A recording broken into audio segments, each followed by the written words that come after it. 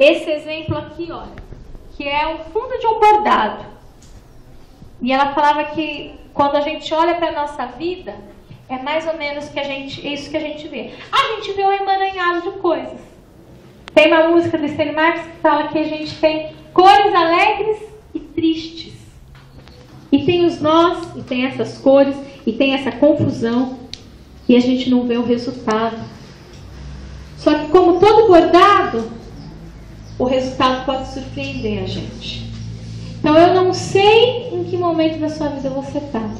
O que eu sei é que quem está bordando sabe bordar, sabe fazer a coisa.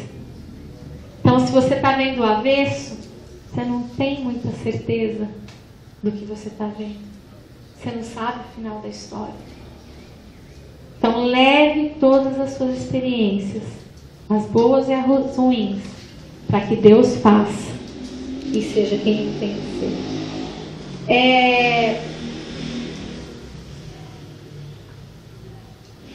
Frank Roosevelt, ele diz: nós preferiríamos morrer de pé do que viver de joelho. Gente, a gente está falando sobre experiência. A gente está falando sobre coisas boas e ruins. E a gente falou sobre o quão imediatista a nossa geração é. Desculpa, você precisa ir para Deus para que Ele se revele. Você precisa ir para Deus para que Ele te cure. Você precisa ir para Deus para que Ele enche o seu coração de esperança. Mas muitas vezes nós resistimos a Deus. E nós resistimos àquilo que Ele quer fazer na nossa vida. Então, outra coisa para você lembrar. E o viver de joelho, gente, muito mais do que a atitude física de se ajoelhar, é um coração totalmente rendido a Deus. Aquilo que Ele quer propor para a gente. Né? E aí tem algumas coisas que impedem a gente de viver o que Deus tem para a gente. E a primeira delas é o orgulho. Nós somos orgulhosos demais. E a gente quer fazer as coisas pela nossa própria força. Alguns de nós, se Deus mandasse Noé mandasse construir a arca, ao invés de construir a arca, sabe o que ia fazer? A dança da chuva, para ver se caía a água. É verdade, gente. Deus está mandando a gente construir a arca, a gente está fazendo a dança da chuva. Deus está mandando a gente pisar no rio, a gente está fazendo o quê? Pondo pedra para passar e afundar no meio do caminho. Nós temos um problema sério com o orgulho. E isso não afeta apenas nosso relacionamento com as pessoas, mas também com Deus. O nosso orgulho faz com que a gente seja tão obstinado que a gente queira fazer as coisas do nosso próprio jeito. O nosso orgulho faz com que a gente seja tão obstinado que a gente olhe para Deus e fale: está tudo errado o jeito que o Senhor está fazendo na nossa vida. Né? Então o orgulho é algo que nós precisamos vencer para que as nossas experiências façam com que o nosso caráter seja como o de Cristo. A outra coisa que prejudica a gente de entender os sonhos de Deus e vivê-los é a incredulidade. Nós não cremos que Deus vai fazer. E se nós não cremos o que Ele vai fazer, nós não construímos a arca. Afinal de contas, nós nunca vimos a chuva. E de novo, nós temos a vantagem de ter uma história de anos e anos de cristianismo, anos e anos de relacionamento com Deus antes da gente, que nos garante que Ele cumpre aquilo que Ele promete, que Ele faz. Mas a gente paralisa pela incredulidade. E aí a semente, que é o nosso sonho, ela morre. Outra coisa que prejudica a gente é a preguiça. Dá trabalho, gente. Dá trabalho obedecer. Dá trabalho se preparar. Dá trabalho viver o que Deus tem. Ai, se eu tiver que pagar um preço, não vai dar. E Deus está chamando a gente constantemente para vencer a nossa preguiça. Uma outra coisa é a falta de perdão. Às vezes a gente está tão amargurado que a gente não acredita no que Deus está falando. Ou então, a gente está tão amargurado que ao invés de correr para os sonhos de Deus, a gente está correndo atrás de vingança. Deus nos chama a perdoar em toda e qualquer situação.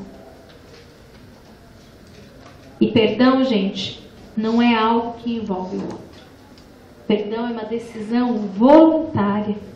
Significa você abrir mão daquilo que teoricamente você teria direito. Significa deixar a pessoa livre para viver e ficar livre para viver sua vida também. Se você não perdoa alguém, a pessoa está presa a você? Tá. Mas é você que carrega a pessoa para onde quer que você vá. Então nós precisamos caminhar em perdão. Outra coisa que impede a gente de viver os sonhos de Deus é o medo. Mas Deus, como é que vai ser? Eu tenho medo de tudo. Eu tenho medo de não ter dinheiro. Eu tenho medo de não saber fazer. Eu tenho medo de não falar a língua. Eu tenho medo... Ei! Cadê a verdade de que o verdadeiro amor lança fora todo medo? Cadê a plenitude de relacionamento que me garante que mesmo que eu entre na fornalha, eu não vou estar sozinho? E, gente, quando eles entraram na fornalha, ninguém sabia que ia sobreviver, não. Todo mundo achou que ia virar churrasquinho. Mas eles sabiam em quem eles criam. E eles venceram o medo. Muitas vezes a gente precisa entrar na fornalha para testar o quanto a gente conhece Deus e o caráter dele. Né?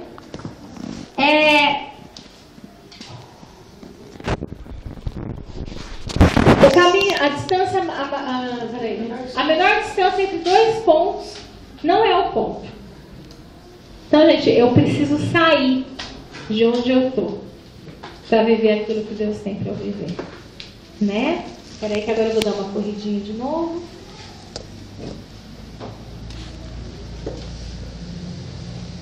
Esse aqui é bom, peraí. Se a sua visão não lhe custa nada, é apenas um devaneio. João Maxwell. Toda visão custa alguma coisa. Tudo que Deus pede pra gente tem um preço pra gente pagar. E muitas vezes a gente precisa ir para ser como ouro derretido. Nós precisamos ser purificados. Muitas vezes as coisas demoram porque Deus está testando e aprimorando o nosso caráter. Né? E a gente precisa viver isso. A história de Abraham Lincoln é fantástica. Gente, todo mundo conhece Abraham Lincoln. Ele foi um dos presidentes mais famosos dos Estados Unidos. Só que ele perdeu tantas eleições. E ele foi tantas vezes perseguido. Mas a única coisa que ele não fez foi desistir. Muitas vezes a gente vai perder uma eleição. Muitas vezes a gente vai perder uma batalha. Porque a gente não pode desistir. E vocês sabem o que acontece quando uma ovelhinha ela está começando a andar no rebanho e ela desobedece muito, ela anda muito longe do pastor? Vocês sabem o que ela faz? O que o pastor faz? Quebra a perna. Ele quebra a perna. Para quê? Para ela se tornar totalmente dependente dele. E aí ela aprende que ela precisa andar perto do pastor. Desculpa aí, mas Deus quebra a nossa perna de vez em quando. Nós precisamos entender que nós somos totalmente dependentes do pastor. E ele não tem problema nenhum em quebrar a nossa perna para que isso aconteça.